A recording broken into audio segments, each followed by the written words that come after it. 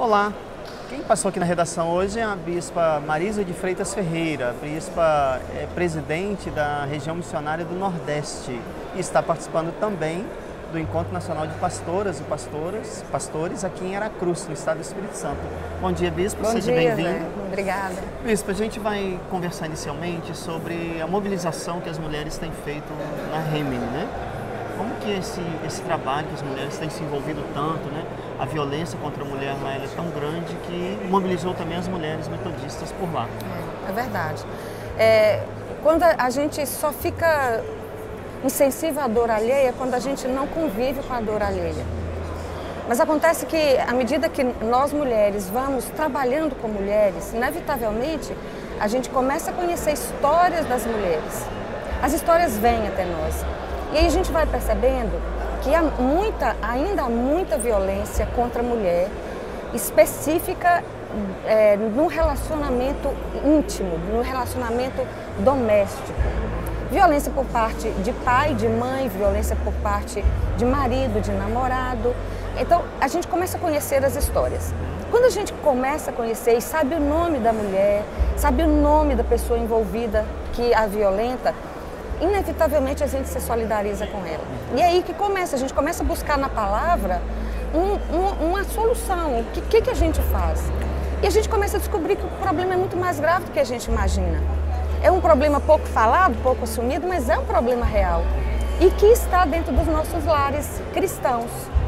Inclusive, há um livro escrito pelo pastor Sérgio, que é um pastor anglicano, e que ele fala sobre isso, a incidência da violência doméstica nos lares evangélicos. Aquele livro, Até Quando? Até Quando, exatamente, é esse livro.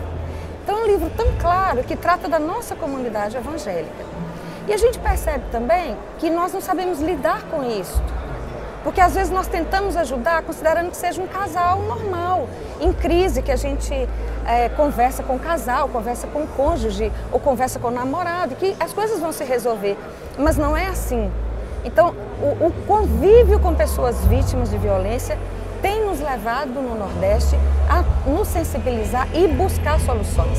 E fazendo isso, a gente tem que crescer no conhecimento desta causa e, em nome do Senhor Jesus, levar mudanças. As mudanças nem sempre são aquelas esperadas pelo povo chamado cristão ou evangélico. Muitas vezes, o movimento é de, infelizmente, livrar a pessoa daquela situação, porque senão ela pode ser vítima da morte e não uma morte no tempo de Deus. Isso acabou não sendo só um problema da mulher, mas um problema agora da igreja, né? Porque a igreja tem que encarar isso como um problema. Exatamente, e considerando que a grande maioria da população das nossas igrejas é formada de mulheres. E muitas mulheres que não têm com quem falar. Porque se elas falam com pessoas que desconhecem esse assunto, as pessoas têm a tendência de simplificar o assunto, de minimizar. E aí não dão a real importância e a situação pode ficar pior do que antes. Se antes, sem compartilhar, ela sofria uma violência doméstica, mas ela tinha expectativa de ajuda, quando ela procura ajuda e que a ajuda prejudica, a tendência dela é se isolar ainda mais. Então, as mulheres no Nordeste, o que elas têm feito? Têm estudado o assunto, convivido com pessoas assim, e daí as manifestações. Então hoje elas vão mesmo, movimentos de leigas que vão para as portas das delegacias, que vão para as ruas com cartazes e, melhor ainda, muitos pastores, homens, e muitos homens têm ido com elas, entendendo que essa causa não é de mulher, é causa do povo de Deus. O povo de Deus não é a favor da violência em hipótese alguma. Então as mulheres no Nordeste, impressionante. A quinta-feira, onde você vai, no trabalho, na escola, na igreja, elas estão de preto. É uma forma de protesto, de mobilização mesmo. Isso, porque você sensibiliza as pessoas e, sensibilizando, as pessoas são levadas a procurar o assunto. E aí vão para a internet, o Instituto Patrícia Galvão, que tem muitos dados atuais, índices do IBGE, que tem índices atuais, índices verídicos, os jornais da cidade, né? A gente tem o hábito de ler os jornais e a gente se comunica entre si mostrando as incidências de morte. Em Recife, por exemplo, tem um movimento a favor de uma menina que foi assassinada na casa dela o vizinho a assassinou porque tinha um amor platônico por ela e ela nunca tinha, nem sabia do assunto. E um dia foi abordada por ele e ele a matou, vizinho.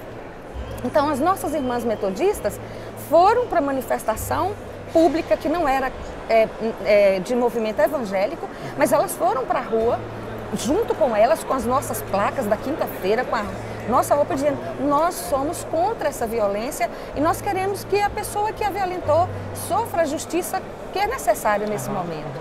Não é vingança, mas que se faça justiça, até para que essa pessoa tenha a possibilidade de se restaurar quando é possível, né? Então, assim, não há caminho outro hoje para a gente, povo de Deus, que não enfrentar que essa é uma realidade. E a gente não tem como evangelizar esse grupo se a gente não conhece o assunto. Quando Paulo disse que a gente tem que se tornar sábio para evangelizar os sábios, né? E simples para evangelizar os simples. Para a gente evangelizar a pessoa vítima de violência, a gente tem que conhecer, tem que se solidarizar, tem que saber do assunto para a gente poder ter uma ação efetiva em meio a essas mulheres vítimas da violência. Amém, Bispa. E falando um pouquinho agora, já que nós estamos aqui no Encontro Nacional de Pastoras e Pastoras, qual que é a relevância de um encontro desse porte, que ele acontece a cada 5 anos, né, na vida da igreja, sempre após aí o Conselho Geral?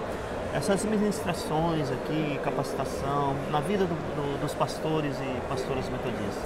É um tempo único, muito especial, para que após um Conselho Geral, que a gente toma decisões importantes para a vida da igreja, que a gente consiga trabalhar com todo o corpo pastoral.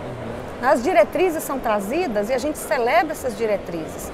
Então é um encontro aqui muito mais celebrativo, muito mais de vocacional, né, de renovo da vocação, de renovo da esperança, de renovo do chamado, para que a gente possa cumprir a ordem de Deus para nós nesse quinquênio.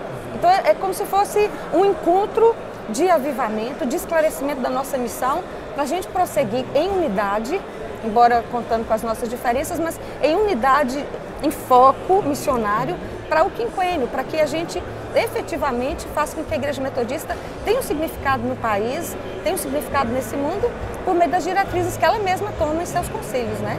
Então é um tempo maravilhoso, além assim, da gente mata a saudade de muita gente, bate papo, coloca a conversa, nossa, é muito bom.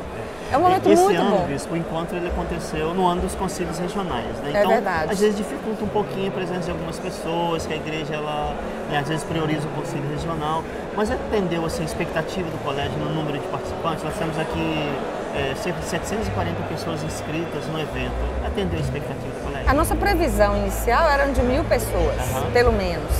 Mas sem sombra de dúvida que o país hoje é uma situação delicada, muitas pessoas desempregadas, algumas igrejas com isso, algumas igrejas evidentemente, isso se reflete na igreja local.